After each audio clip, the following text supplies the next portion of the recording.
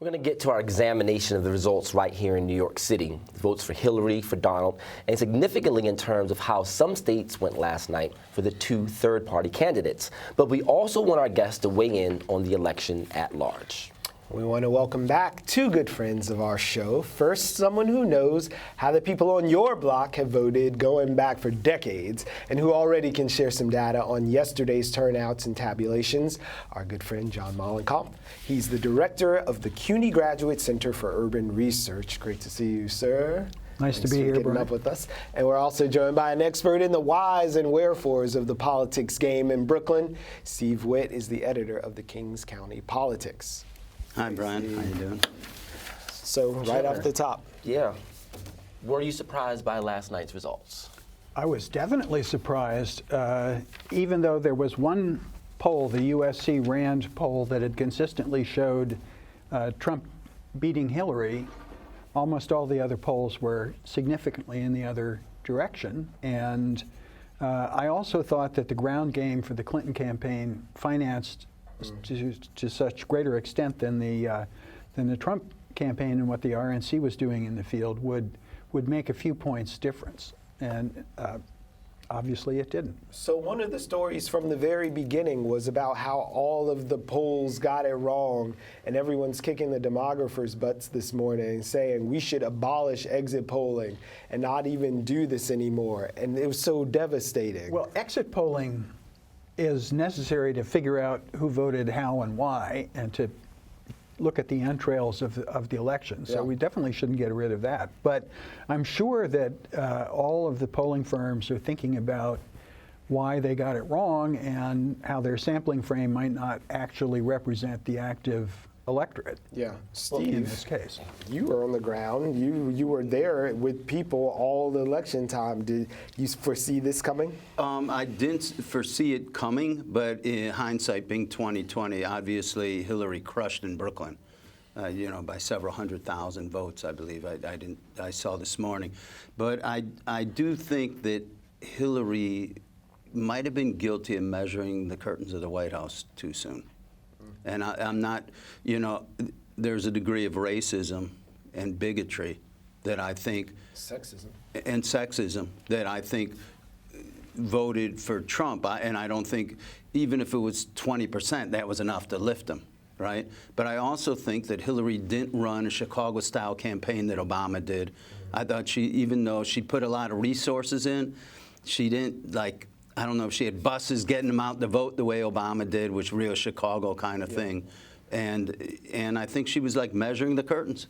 And well, it was a very close election. If you put the margins of, say, Michigan, Pennsylvania, and Wisconsin together, Hillary won Brooklyn by far more votes than she lost those three states combined. So are we in a bubble here in Brooklyn? Because I was riding my bike home yesterday, and I was thinking, if Trump wins, I don't know anyone who voted for Trump. And, we self-select our friends on Facebook, and there'll be the one outlier who says, oh, I'm going his way. But what of that Brooklyn bubble that so many people, it was completely burst last night? Is it true? Well, we're a liberal-leaning city, very, very dense, very diverse, not just blacks and Latinos, but a host of other kinds of minorities, all of whom have a very large Muslim community in Brooklyn. So all the people that Trump has insulted are represented here in Brooklyn. As I look at the election, Trump did two things that really put him over. One is he put Florida back in the Republican column. It's been very close. It was close this time, but it's been a key to Democratic victories in the past.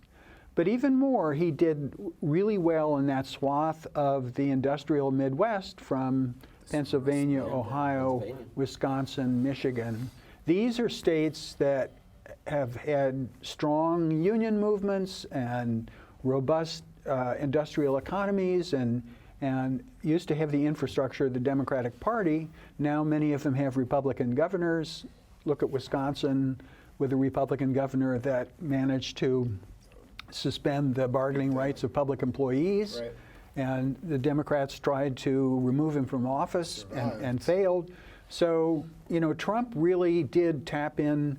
I think the big cities really held well for the Democrats, but their suburbs, and especially the small cities and the places outside of metropolitan areas, Trump ran up the votes in a lot of those places. Well, gentlemen, I have to ask, and before we sort of break down how this affects, New York, do you feel that the Democrats nominated the wrong person to run against? I think that how would Bernie have fared? I think Bernie might have won, but I think in retrospect there is some truth, as much as I hate to admit it, to Trump saying it's rigged, because the Democrats. Not how he expected. Yeah, not the way he expected, but the way the Democrats ran it was kind of like Hillary had it. The head of the DNC, I forgot her name, Schultz. Debbie Wasserman Schultz. Right. She subsequently Donna Brazile. There was really only 2 candidates. At least the Republicans had like 13. It was kind of a done. 16. It was a done deal early on, and even Bernie wasn't even a Democrat. He was, and he did great. And I actually think if he would have ran, he might have beat him, because, like Trump, he was kind of an outsider. He had his own spiel going. If he had run, all we would have heard out of the Republicans is socialist, socialist, socialist. Bernie is a democratic socialist. Yeah. I admire that. But he would have been totally creamed. And Hillary, I like her very much. She obviously. The young would have come out. I think the young actually did come out fairly well in this election. We'll know when we see the full results of the exit poll. So let's expand that then. If we're looking at Elizabeth Warren, she's a lion now. So how would she have fared? She's got maybe connecting with women and pushing the liberal agenda, but not exactly a socialist. Do you think Warren would have fared better? I do. I think that the other problem that Hillary had, and she wasn't a good retail spokesperson, whereas Warren spoke right up to Trump. Yeah. And she has a lot more personality. And the other thing is, people get tired. That's why it's very hard in New York to win a 3rd term. It was Cuomo's undoing. After a couple of terms, no matter who's in there, you kind of get sick of the person. Yeah. And Hillary's been there a long, long time.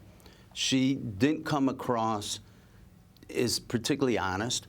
I don't think she particularly helped the blacks. I mean, the blacks. I know. I don't know. It's like the Bears. Like the. Well, I think she was a strong candidate and an effective candidate in a lot of ways. She was able to raise a tremendous amount of money to run an effective campaign. She did well with lots of demographics. I think it's very unfortunate that the last week before the election resurfaced the email issue, and you can say, well, she shouldn't have used her home server, and she shouldn't have let her key assistant, Huma Abedin, leak these emails to her husband. To Van Johnson's point, then, what level of white lash are we looking at this map? With people turning out. Let's talk about the whites and how they voted. Across the board, the white voters who live outside the big cities move towards the Republicans in this upper Midwestern area. And we don't know exactly what their motives are. Mm-hmm. I don't think it's, if you look at the breakout of the exit poll by income class, the poorest people, even whites, tended to vote for Clinton. But there's a solid sort of lower middle class group of whites living outside the cities that I think are very upset about the kinds of demographic changes and political changes and cultural changes going on in the country as a whole. So one more thing, who woke up in Brooklyn today happy? Like, do you have numbers of? Well, Marty Golden, Bay Ridge. The Bay Ridge Manor had the Republican party last night. I was at a party in Lefferts Garden. I had a reporter at one in Park Slope and in Bushwick. At the corner of President and Clinton?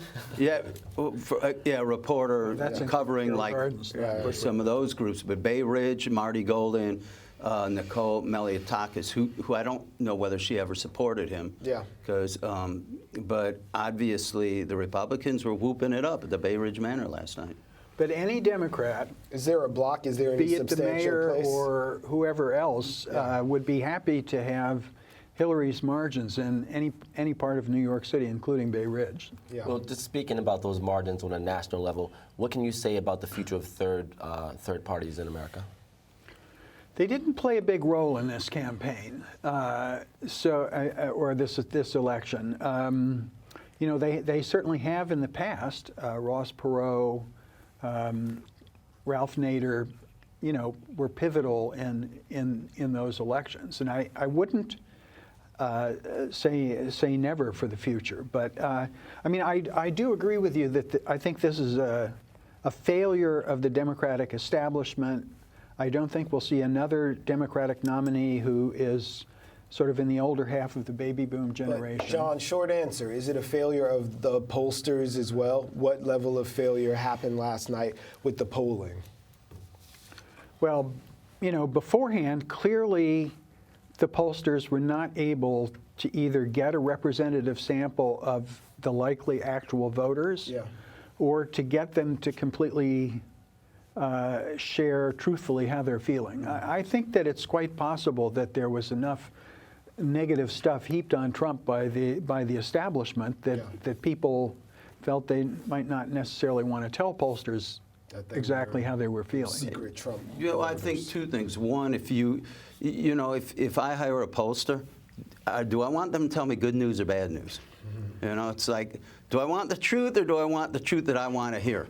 So I think as a businessman, sometimes I wonder. The second thing is, it's funny, where the victory party I was at was Lefferts Garden, and the guy worked, the gentleman that had it, is in the field of development. And he was working for Koch, and he said that when Trump did the Woolman rink or whatever, that all the developers usually come to the mayor and they go, I got this great deal, and they put in all their, their bells and whistles, how many jobs, economic development. And Trump, even back then, was like, look, I can get the deal done, and Koch was like, who is this guy?